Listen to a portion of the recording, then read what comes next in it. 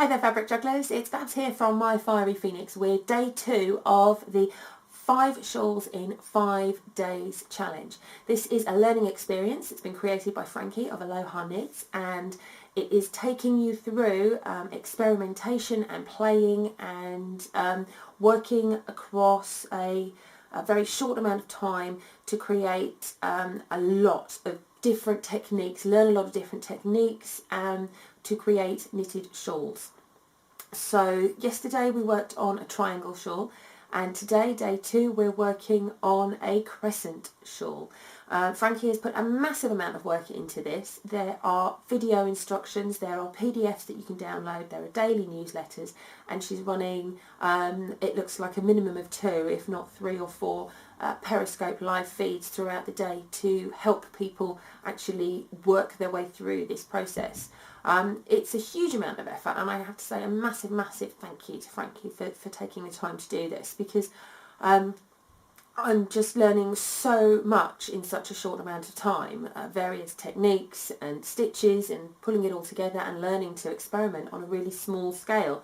It had never occurred to me that you could make a miniature version of a shawl to actually see how everything works, rather than just going whole hog and creating, you know, a 1 to 2 metre long shawl, which is going to take days and days and days to create. You know, I'm all for overkill apparently.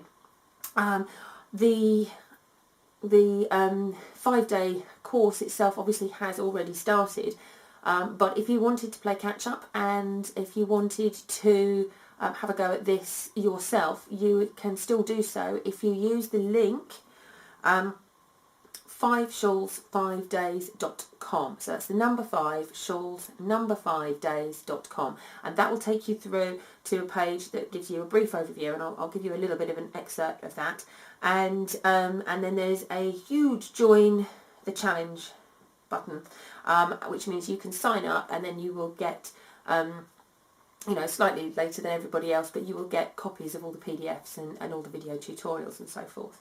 So if you're not quite sure what I'm talking about still, the course description, I'm going to read from, not verbatim, but I'm going to read some of the highlights. Discover the magic behind shawl construction. In 5 days, learn how to form 5 different shawl shapes, demystify the process of shawl construction, and diversify your shawl design library.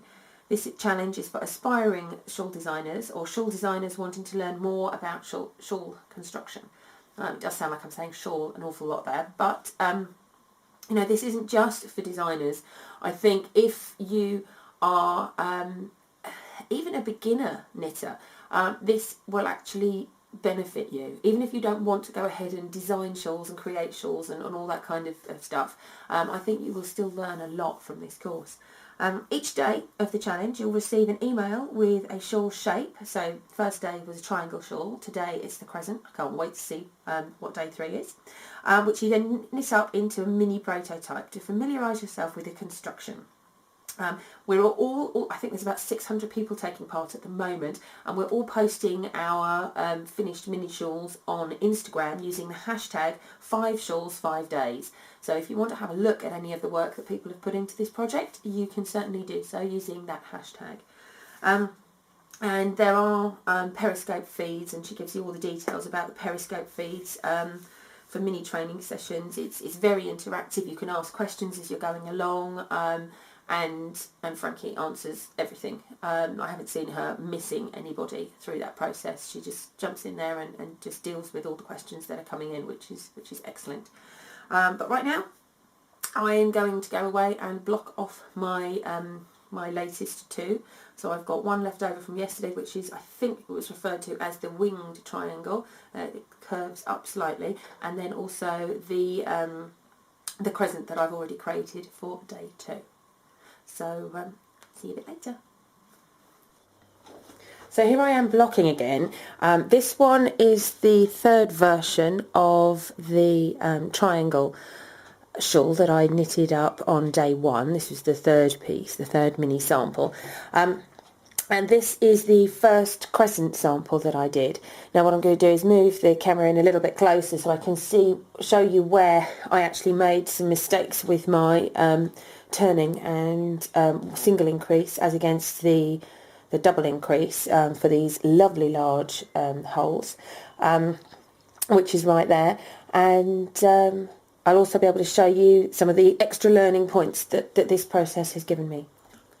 So if we look at the crescent shawl shape, you can see that I've got on this side a very even spacing of these double increases, which gives us this really nice large open weave. And on this side I tried experimenting. I wasn't 100% sure. I felt that I was messing about and getting it wrong when I was creating these first two gaps. Tried doing something that felt a little more like it was following the pattern without thinking for myself, and it went wrong. And then I went back to the original method that I was using for the final three steps on this far side of the shawl pattern, and it worked a treat. So now I know exactly what I'm doing, and creating this mini pattern has allowed me to experiment without panicking. It's allowed me to experiment and play and try things out that I wouldn't do if I was trying to make something enormous. So a massive learning point for me is that these little miniature versions really are incredibly useful learning tools. One of the other added bonuses that I wasn't expecting was that using a variegated thread or yarn, I'm able to see the stitch patterns developing. So I can see where, if I was to be putting a pattern in place, if I was going to be changing colour, if I was going to be changing stitch from a knit to a purl, or putting a pattern in place, I can see where that pattern will fall and how the thread is actually used in the construction of this particular, well, any of the shapes. So that's an added bonus that I wasn't expecting. If we move over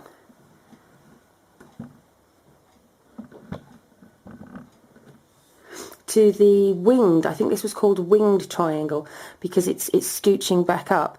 I've still got the spine, which I absolutely love, and this was a technique that I'd been meaning to investigate further.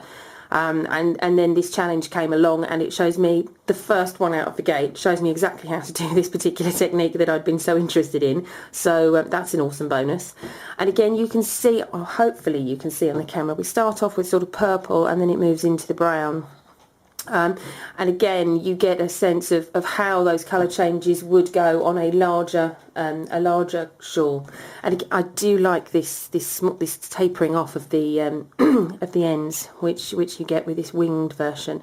So in all, massive learning opportunities and a freedom to experiment that I really didn't expect. I'm not very good at doing the whole experimentation. I like breaking everything down into the nitty-gritty and understanding the stitch count, number count and pattern creation. That kind of comes second nature to me because I love maths and I love logic, and I've been reading and writing patterns forever.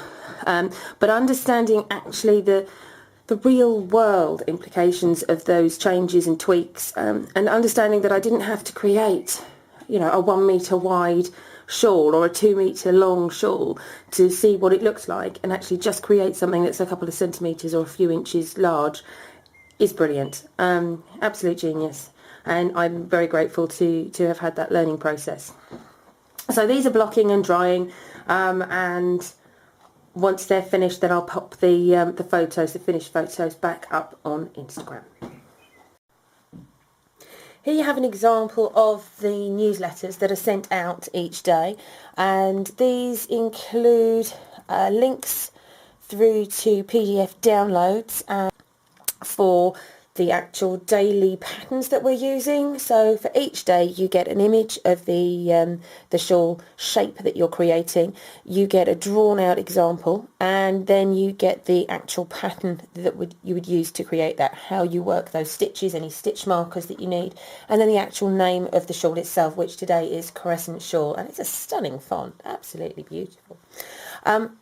You also get access to a host of videos. Well, I say host, there have been 2 so far, but you get access to a couple of videos on the website, and this is the page that you get to when you actually sign up to the process. So if you followed the link, which is 5shawls5days.com, that will take you to this page, and then if you scroll down you will then be able to join the party, join the challenge here.